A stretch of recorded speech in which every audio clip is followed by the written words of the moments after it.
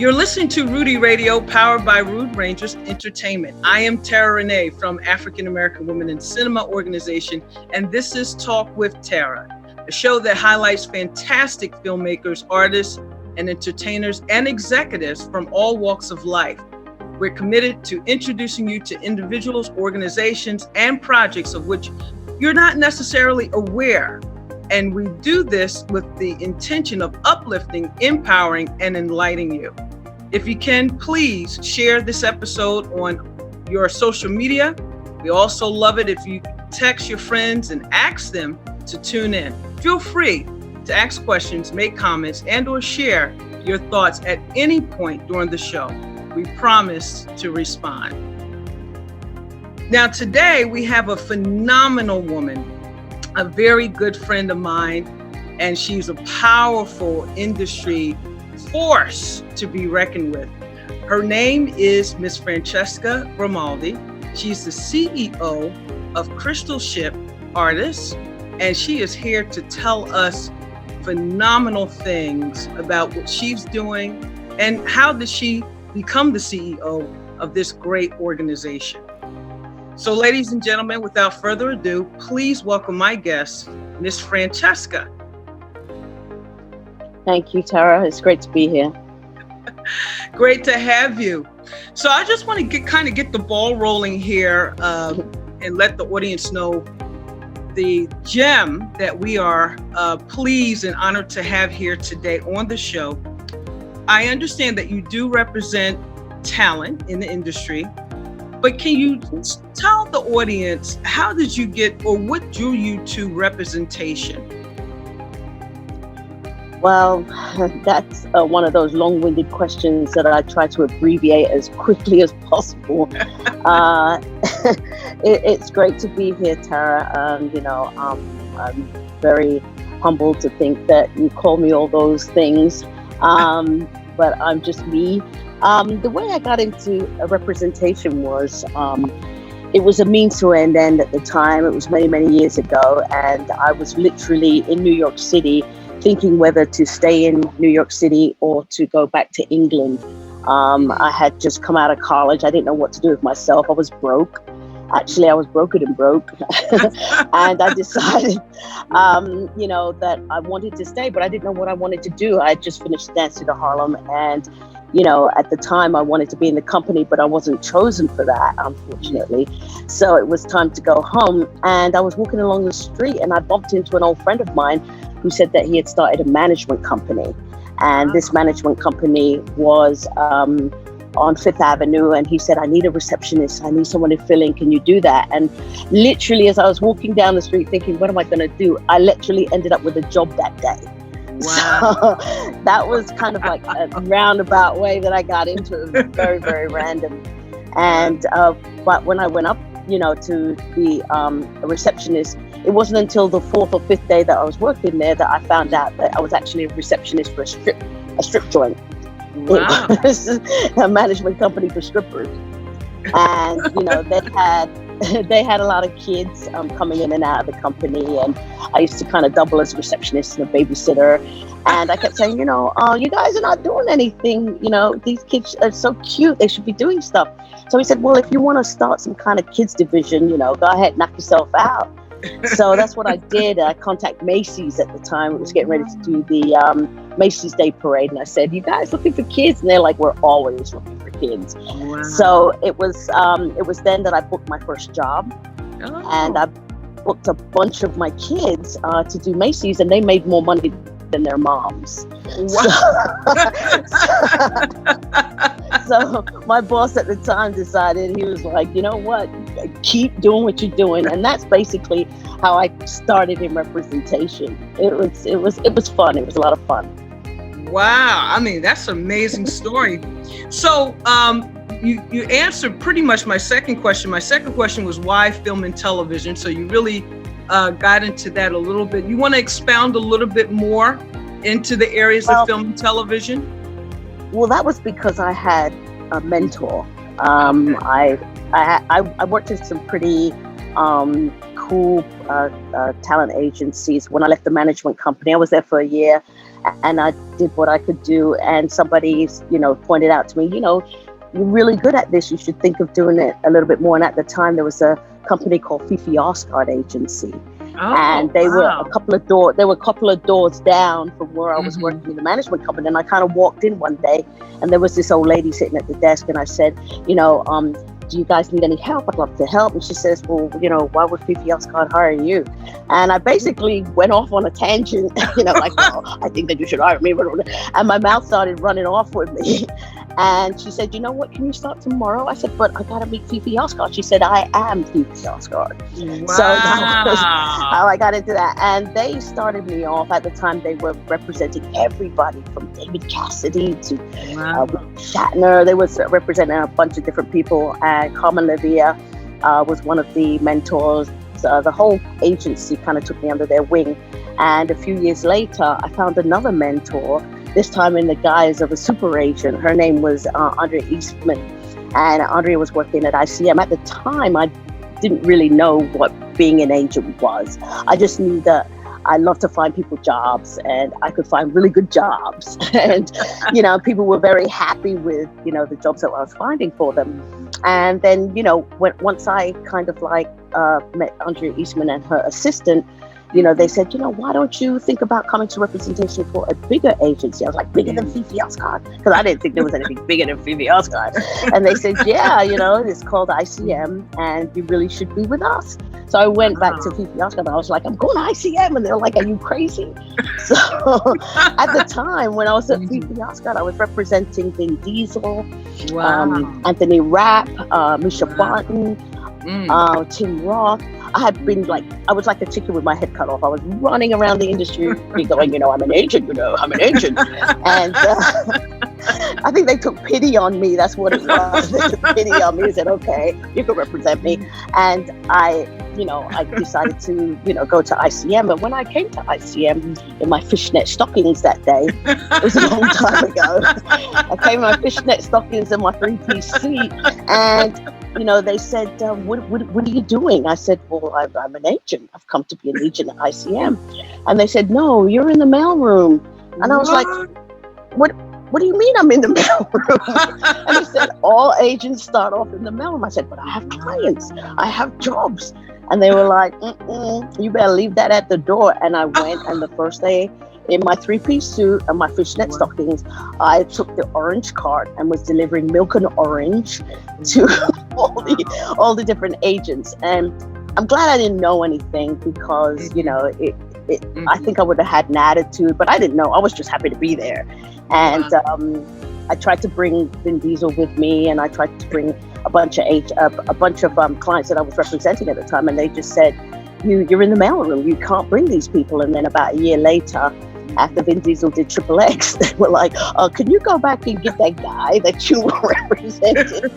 I'm like, dude, you did CAA, man. You lost your chance. But yeah, and Andrea Eastman, she was a film and television agent. She was a super agent. And at the time, she had Delroy Lindo, Angela Bassett, Billy Crystal, a lot of people. And I got to sit on her desk as a floater and as a trainee and someone in the mailroom. And she had Henry Winkler. So I got to, Richard Gere was another one. I got to really see what life was like representing, big talent. And I learned a lot. I was there for 5 years and I loved it. Wow. Well, on that note, we have to take a commercial break. But please don't forget to share this episode on social media. You're listening to Talk with Terra, powered by African American Women in Cinema.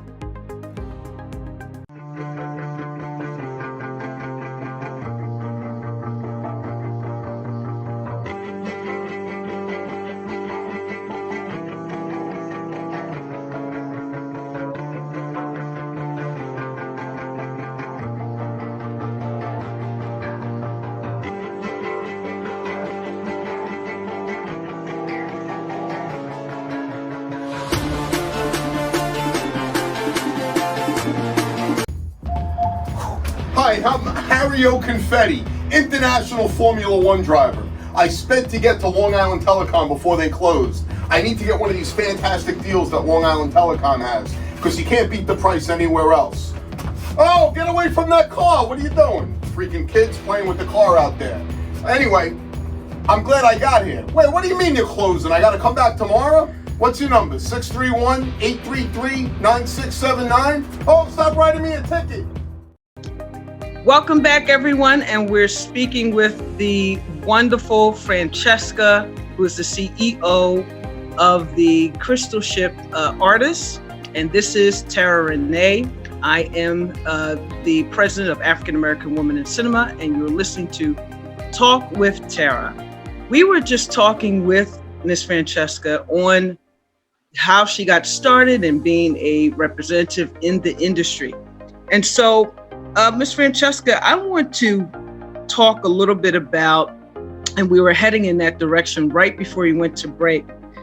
If you can just describe some of the process of becoming a talent agent, and you actually did in what you had experienced, is there anything that you want to expound more on as it relates to the process and the time frame?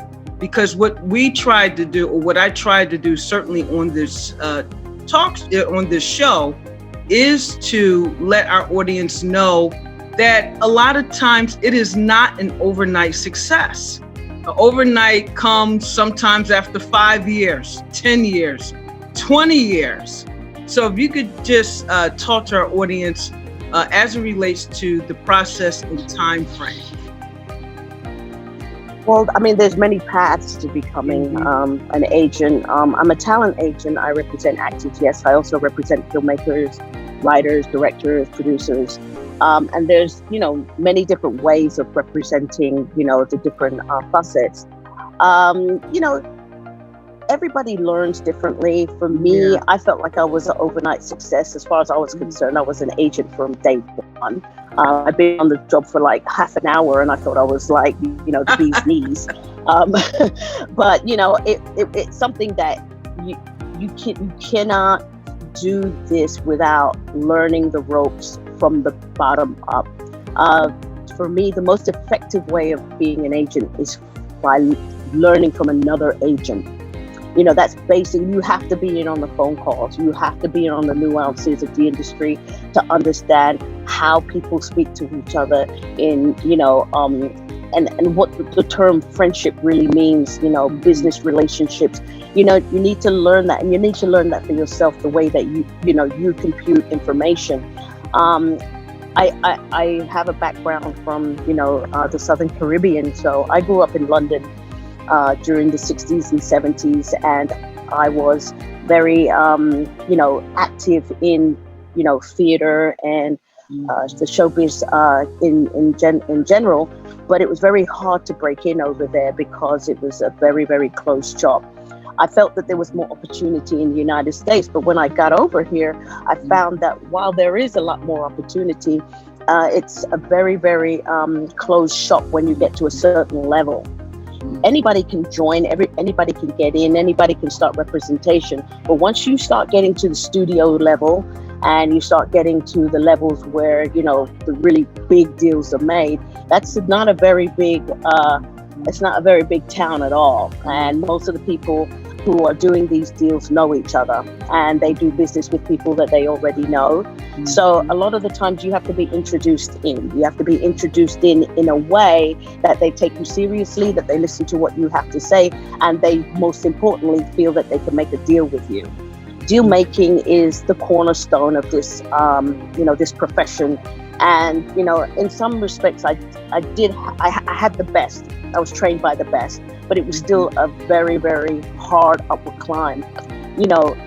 I think, fortitude is something that you really need, but most importantly, you need people to believe you and trust you. Yeah. And that believability and that trust can evaporate in 2 seconds of doing something stupid, but, the people who really know you, that know that you overall try to do your best all the time, they will give you another chance. They will, allow you to go again. So you're constantly reinventing, constantly having to keep your word, and it's no different from, maybe, I don't want to say being in high school, but a lot of the times, you kind of find yourself in that kind of situation. But you have to navigate people. You know, all I do all day long is speak to people. I speak to people and I try to put people together, and I put deals together, and I have to look at things in a way that maybe, you know, solve problems. If you're not a problem solver, this is not the profession for you. You have to be able to objectively look at different problems and come to the table with, you know, with a way out. So, you know, lots of people learn different ways. The best way, I would say, is to join an agency and go through from the bottom up. Like some people, they're like, well, I was in the mailroom for, you know, a year and I felt like I was never going to get out. The longer you're there, the better you'll learn. Because when you're in the mailroom or you're an assistant, you know, you get to be in on the calls and you learn across the board. Agencies are one of the only companies or the only professions where, you know, most companies are verticals. You know, the studios, you know, the producers, the actors, they're all verticals, whereas agents go horizontal. They go across all of them. So you know, you have to be able to relate to people on different levels, different walks of life, you know, different ways of being. Some people are high maintenance, some people are not, some people are simplistic, some people are minimalist, some people are completely the opposite, but you have to be able to speak to them. And sometimes in the same conversation, you're speaking to the different ones. So I consider myself a people person, even though I'm not really a people person, but I am a people person. That sounds like a conundrum, but you know, people who are doing what I'm doing know exactly what I'm talking about. And but it's something that deep down I enjoy, and that's really the be all and end all of it, is how much do you love it? Because if you're doing it for the money, oh my God, it is one of the hardest jobs, you know, but you know, it can be rewarding, you know, to make money, but at the end of the day, you've got to love this, you know, to do it well. Yeah. Can you talk to our audience? You know, we are in a very unprecedented time where our country is divided, and certainly, you know, the present administration that we had in office did not do anything to bring us together. And the very unfortunate murder that unfortunately we all witnessed, a lot of us witnessed, Floyd, you know, over the past several months that happened, and it sparked a very unprecedented, just a call to action. But I've been getting messages from my counterparts who don't look like me, expressing for the very first time they understood it on a whole different level of what we've been going through across the board. You know, so as it relates to race matters and systemic racism, could you just touch on that as it relates in the industry and just moving forward, and how much of a role that really plays? Well, it plays a pretty significant role in, you know, our industry, because, you know, there's been many reports that have come out that people of color are almost non-existent on many of the scales that, you know, for writers, directors, producers. You'll find that 90% of most every profession in the entertainment industry belongs to a white male. That over the past, you know, 20, 25 years have been changing. You know, Black women have, you know, almost non-existent. I mean, they're below 1% for almost every profession, you know, here, apart from acting. You know, you'll get the initiatives where you have actors in front of the camera, and they're doing, you know, they're more and more, you know, being seen and heard from. But behind the camera, that just isn't the same. So that's why a lot of the initiatives are, you know, to, you know, bring awareness. I think the administration that just went by, or is leaving us, thank God, soon, they actually did quite a lot for us. You know, a lot of people don't agree with me, but if it wasn't for some of the initiatives that were done by the administration that's leaving right now, Black Lives Matter, I don't know if it would have been as strong, you know, under a Hillary, even though I appreciate, you know, having a Democratic government, but having somebody like that just, you know, really spotlight the fact that, guess what, you're not here. You're not being represented. You are being treated brutally by the police. It spotlighted it to people that even the most, you know, rural, you know, person, white person, could say, you know what, that really is wrong. What happened to George Floyd was a tragedy, and there's no coming back from something like that. You only have to be able to build on what we've learned. But, as it relates to the entertainment industry, well, Francesca, I'm sorry. Can I put a pause because we have to run to break? Everyone, please know that we will be right back with the fantastic Francesca, and we will continue this conversation. Thank you.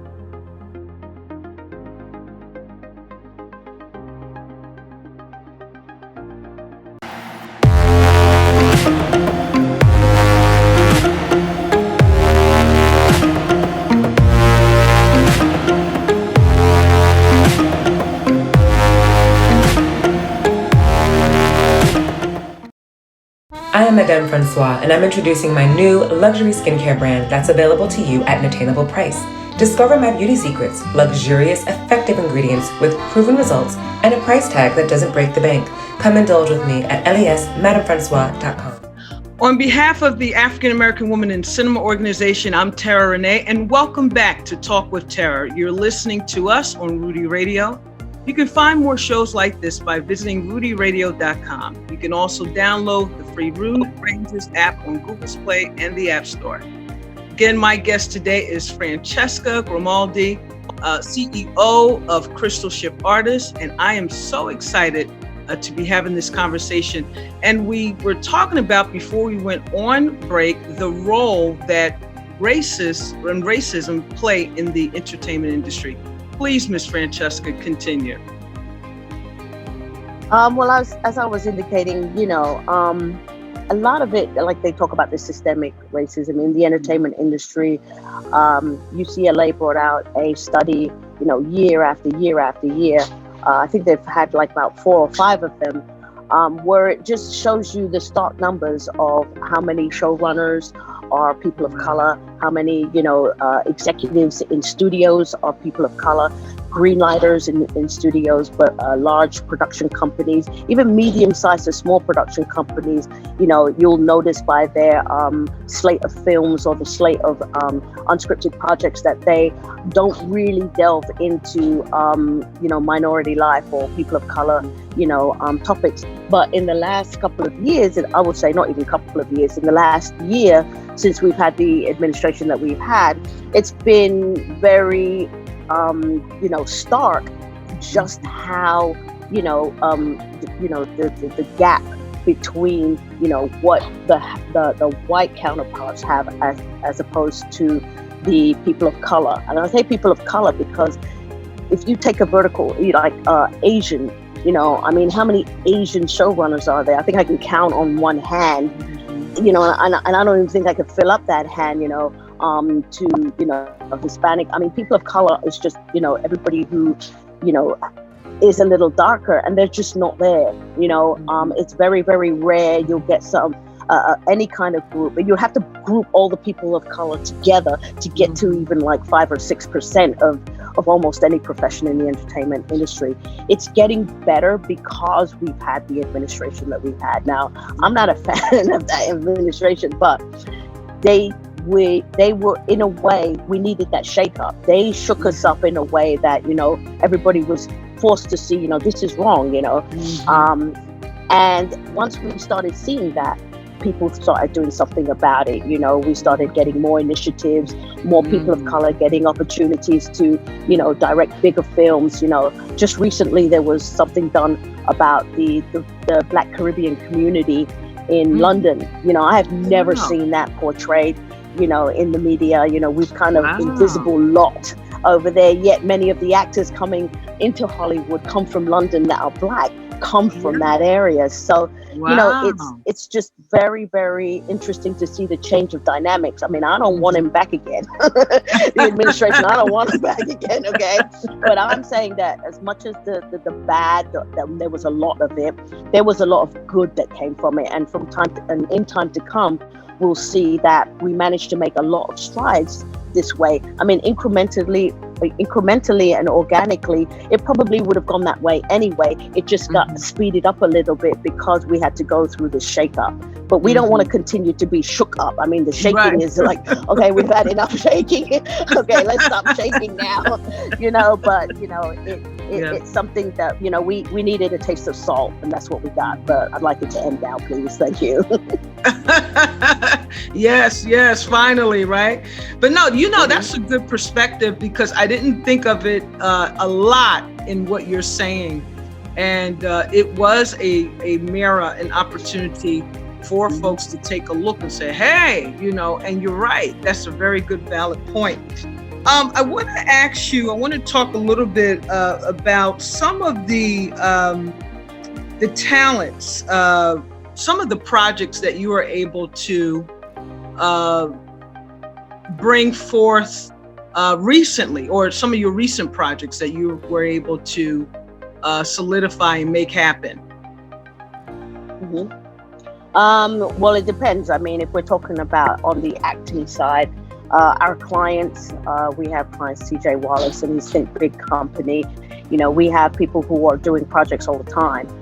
We have films that are being developed. We have a couple in the can right now from companies like Terra Entertainment, and we want to make sure that they find, or they are in good homes at different production companies. What I specialize in is co-pros, which means that a company who has an IP will be rolled into a larger either production company or directly to a network, and the deals are made from there. We do several a week, so there's it's hard to talk about just one particular project. We do them all the time, but we look for homes, overall deals. Those are the kind that we really put our effort and our time into. And as for actors, we try to make sure they find homes to series regulars, guest stars, major projects. I tend to work on projects that, actors can't find for themselves. If you're able to get yourself into a role, you don't need me. You need me to get you into the rooms and into the roles that, you can't get yourself into. So those are the ones that we concentrate on, and that's the ones that our clients work in. And they're everything from Law and Order to Chicago Med to everything. We work on all the projects that are out there. That's awesome. So say we have a filmmaker or a actor, and I know those are two different. What type of advice would you give them if they're seeking representation? Two different types of representation right there. We do have a department in our agency for actor producers. Those are actors with their own vehicles. Either they shot their own shows, or they shot their own films, and they act in it as well. So we have the actor producer department. But on the whole, when you're talking about actors, straight actors, getting representation is something that is a little bit, the ones that are seeking representation, you have to be seeking representation because you've done so much work and you've gone as far as you can on your own, and you need help getting into those larger doors.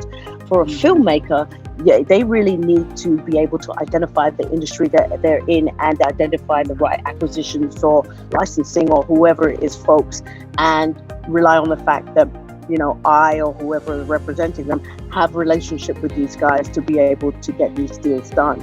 So two different types of relationships, two different types of representation. And filmmakers a lot of the times tend to confuse, one agent with another. They think that, because you represent actors that you can represent filmmakers and writers, and not necessarily so. Some agents do have that skill, I do, but some of them, they tend to dwell in one or the other. I like to represent a few actors, ones that have been with me for a long time, but I tend to represent them along with filmmakers who are the ones that I really, find the jobs for. And when you're talking about, jobs and careers, actors and filmmakers have to decide what they're going for. If it's a job, that's different than a career, and one should be building to the other. So, just knowing the difference between the different types of agents really make a difference. Excellent, excellent. On that note, we have to take a few minutes and play some commercials, but don't go away because we'll be back with Talk with Terra, and you're listening to Rudy Radio, powered by Rude Rangers Entertainment. Please don't forget to share this episode on your social media with as many people as possible. Hi, I'm Dan O'Shea, Executive Director for Maureen's Haven Homeless Outreach. It is our mission to support the homeless in our community. We provide an emergency winter shelter program, a day center, and support services to help the homeless in our community. With your help, we can continue to provide services so critically needed to the homeless in our community. Please visit www.maureen'shaven.org or call us at 631-727-683. I am Madame Francois, and I'm introducing my new luxury skincare brand that's available to you at an attainable price. Discover my beauty secrets, luxurious, effective ingredients with proven results and a price tag that doesn't break the bank. Come indulge with me at lesmadamefrancois.com. Welcome back to Talk with Terra. You're listening to Talk with Terra. I am Terra Renee from African American Woman in Cinema. And we have a wonderful guest today by the name of Ms. Francesca Grimaldi, who is the CEO of Crystal Ship Artists.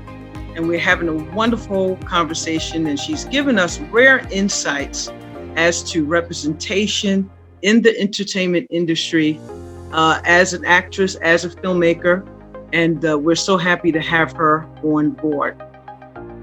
So, Ms. Francesca, I want to ask you, because in this industry, there is a lot of negativity, discouragement, rejection. And then sometimes when actors go to their audition and don't get the role, or when a filmmaker don't get their distribution deal that they were looking for, some of them become very despondent and in despair. What kind of words can you give as far as advice? And then I'm going to ask you that same question as it relates to those who are following into your footsteps, those who are looking to represent other talent as well. Well, you have to have fortitude. You have to have a heart like a rhino to be in this industry. It's also like any other job, especially as an actor. Losing a distribution deal for a filmmaker is different than losing a job as an actor. They're two different types of hurts. And, with actors, they'll go to an audition, not get it, go to an audition, not get it, go to an audition. And this will happen over a certain amount of time when they have to ask themselves, what is it I'm doing wrong? It isn't that they're doing anything wrong. It's the market isn't looking for what they're doing right now, the way they're doing it. So I usually say to them, you've got to change something, either your photos, the way you look, or, maybe change something, get something fresh, get a different outlook, just to change up what you're doing right now. And some of them, they can, some of them cannot. Filmmakers who lose a distribution deal, that's a huge amount of work that goes into distribution deals. And when you lose that, it's like losing a finger. It hurts for a long time. But the thing is, it's the ones that are really painful are the ones that are doing the best. The ones that they've gone through one iteration, they've gone to another audition, they've got the callback, they've got the pin, they're on hold. Those are the ones actually that are closest to getting what it is that they want. And those are the ones that have the most painful rejections. If you've gone and invested yourself into a role and you got called back, it means because you were doing something right. You were good, because, when you get vetted, especially in a metropolitan city like New York, an international city, somewhere like Chicago, Los Angeles, you've made the cut down to a certain amount that the casting director can see. So you're doing something right. And if you get to the hold or the pin and thereafter the director's session, you're actually on the right track. And there is nothing that you can do to make them pick you if they think that you're wrong. But you're actually doing something right. You actually should celebrate being in that room because you're on the right track. With a filmmaker, it's different because they've got money invested. They've got, time and people relying on them, and they get to the point where this distribution deal or whatever it is, deal going through, and it's just not getting them where they want to go. Then find another way, find another person, find another way of looking at it. There are so many people out there, with distribution deals who are looking for quality content like yours. So, it's just a matter of, and then I'm going to say those cliche words. Yes, don't give up. You cannot give up. As soon as you give up, you'll be at home berating yourself saying, I shouldn't have given up. But, it's just like, does it hurt? Yes. Any job that you go in as far into that particular job, whether you're an investment banker or you work in a supermarket, it doesn't matter. You get that close and you don't get it. It's painful, and it's not any less painful in this industry or profession. Wow, that's amazing. I really appreciate that, because not a lot of times you hear what you just spoken. And like you said, when you are not getting what you feel you should get, you do start the berating yourself and putting yourself down and so forth and so on. But what about the agents? What about someone who is looking to become an agent? It's difficult, yes, to get into agenting, but it's also very, very easy. And the reason why I say in two halves like that, in order for you to get in with the studios where the large deals are made, the multi-million-dollar deals are made, you need to be union. And that's where the gatekeepers are able to keep the newcomers either out, down, or not in. That's when I talked about earlier it being a smaller club and most of those people know each other.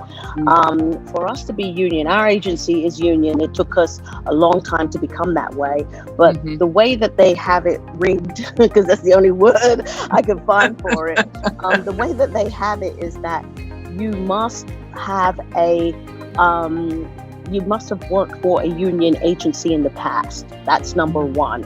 And then you have to have 10 verifiable years as an agent before you can be considered for franchising or union status. So I already had that because I was an agent in 1994. I was already an agent. So I didn't even know what that was when they franchised me. But I was lucky because when I tried to start my own agency, my 10 verifiable years were there. A lot of people don't have that. That's why you'll find there are very, very, very, very few minority-owned union talent agency. In New York City, I'm hard pressed to find anyone but ourselves. I've looked, and I'm sure they're out there. I don't know who they are, but we're one of the only minority-owned talent agency. There's 4 partners. There's 7 of us, and most of us are union, and most of us have more than 25 years experience in the industry. So, we have been doing this for a while, and the fact of the matter is, a lot of people haven't because we've been kept out. When I was at my agency. When I was in the larger agency, the largest agency I was at the time, which it's much better now, it's not like that anymore. Myself and my partner, Rich, we were the only 2 minorities in the entire agency. I was in motion pictures, he was in music, and there was only 2 of us. And that was for the entire 5 years that I was there.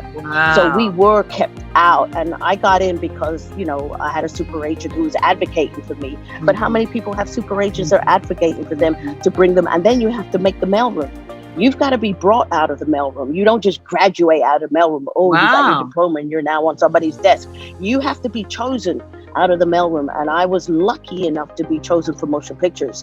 So, it's hard, but it's also easy if you find the right vehicle to represent. Even if you're a manager, you can start off as a manager and represent the right person. If you believe in that person and you have a way forward, you can represent that person, and that person will be the one to open the doors for you, but you have to have a head for negotiations.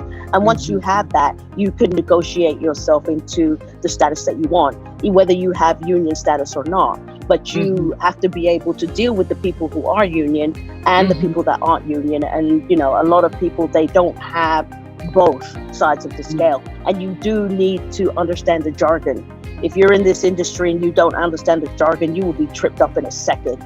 So, Wow. you know, it's hard, but it's easy. It's a lot of luck, you know, but it's also a lot of luck of your own making, and you have to be flexible. You have to be flexible when you're told no, it just means not now. You know, when you're told get out, it means just get out for now and then come back later. You know, it just depends on how things, what they mean to you. You know, and for me, I've always had the spirit of, I don't know what you're talking about when you say no. You know, that's me. I'm also somebody that you know, Invictus is one of my mantras. You know, I think about, you know, how straight the gate is, and, you know, how charged with punishment the scrolls and the whole 9 yards, because I believe it's a land of hard knocks. But I am in charge of my fate, and I am the captain of my soul. So nobody can tell me what to believe or how to do what I do. So I just enjoy it, and I keep doing it, and you can't do it just for money. Of course, the money is nice when it does come along, you know, but it can't just be for the money, because that'll be knocked out of you in the first year. You are amazing, Francesca. I'm telling you, and it's good, so good to have someone like you on our show, because there's not enough of this type of information that's being circulated, certainly not only within the entertainment, but certainly within our community. And we appreciate you so very, very much. I want to let everybody. I appreciate you, Terra. Thank you. I want everybody to know that for our upcoming festival, the fantastic Miss Francesca will be a part of that, and you should be able to go to our website at www.aawic.org for information on that. And also, Francesca, is there any information that you would like to give to our audience? You mean for representation or for just the advice? Both. Do you have a website you want to share, or?